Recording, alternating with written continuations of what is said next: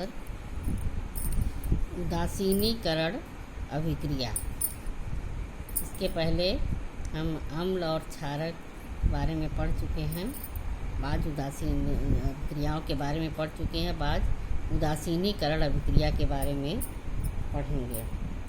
अम्ल और क्षार जब क्रिया करते हैं तो लवण और जल बनता है। H+ ion plus OH- ion ये बनता है, जल बनता है। H+ आयन जो है वो अम्ल की प्रबलता दिखाता है और OH- आयन क्षारक की प्रबलता दिखाता है। अम्ल एवं क्षारक के विलयन की प्रबलता कैसे हम मापते हैं? इसके लिए pH स्केल का आविष्कार हुआ। pH स्केल किसे कहते हैं?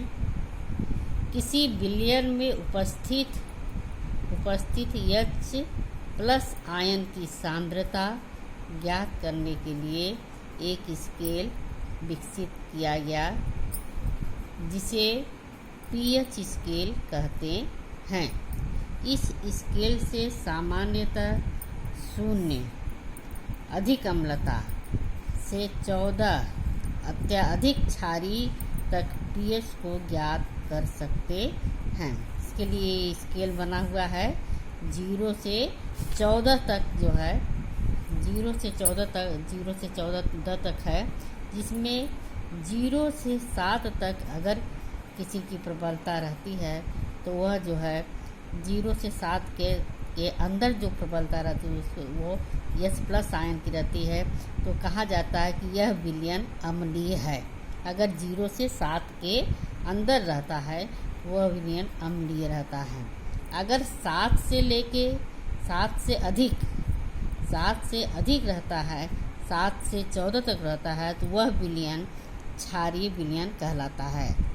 और एग्जैक्ट 7 पे अगर रहता है, अगर pH का मान 7 रहता है तो वो कहा जाता है कि वह विलयन उदासीन है। एक बार और देखें, जब किसी विलयन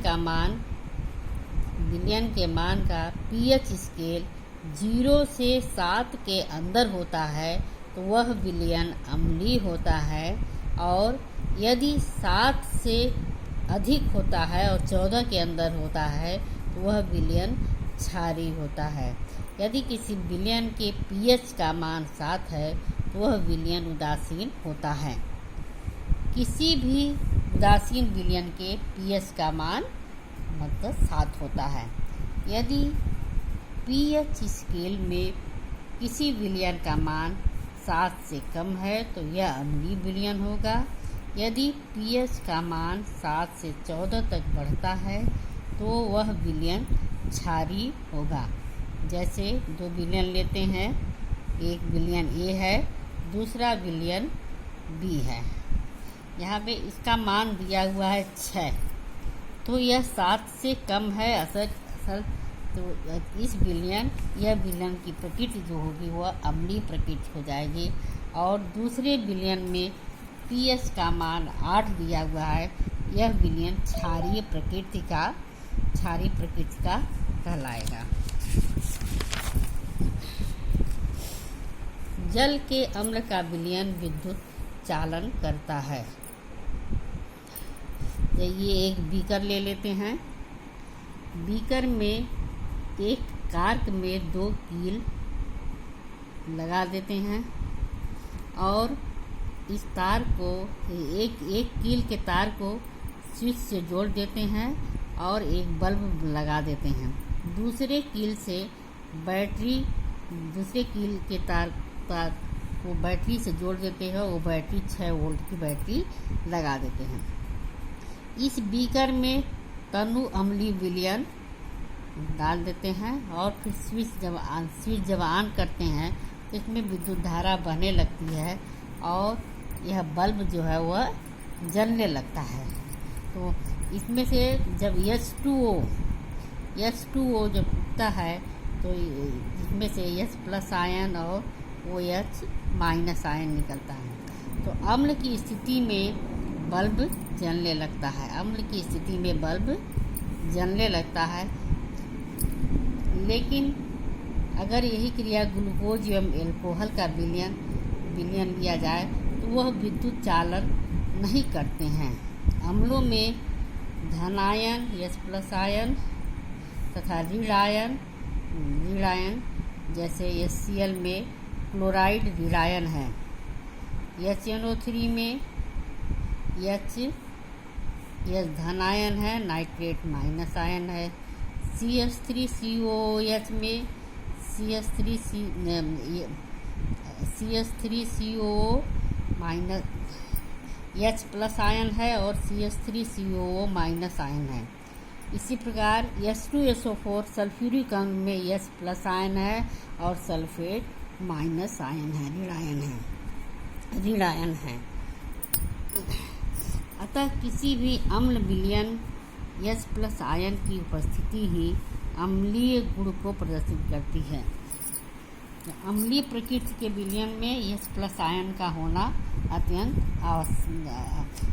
उपस्थिति उसकी H+ आयन से ही निर्देशित होती है। इसी प्रकार क्षारक को जब जल में घोलते हैं तो OH- की प्रकृति हाइड्रॉक्सिल आयन की प्रकृति क्षार की बनाती है। NaOH ये क्षार है और जब इसको जल में घोलते हैं तो सोडियम धन आयन आ जाता है और OH आयन माइनस ऋण आयन आ जाता है। इसी प्रकार KOH की क्रिया जब जल में घोलते हैं इसे तो पोटेशियम पे धन आयन आ जाता है और OH पे माइनस आयन आ जाता है, ऋण आयन आ जाता है।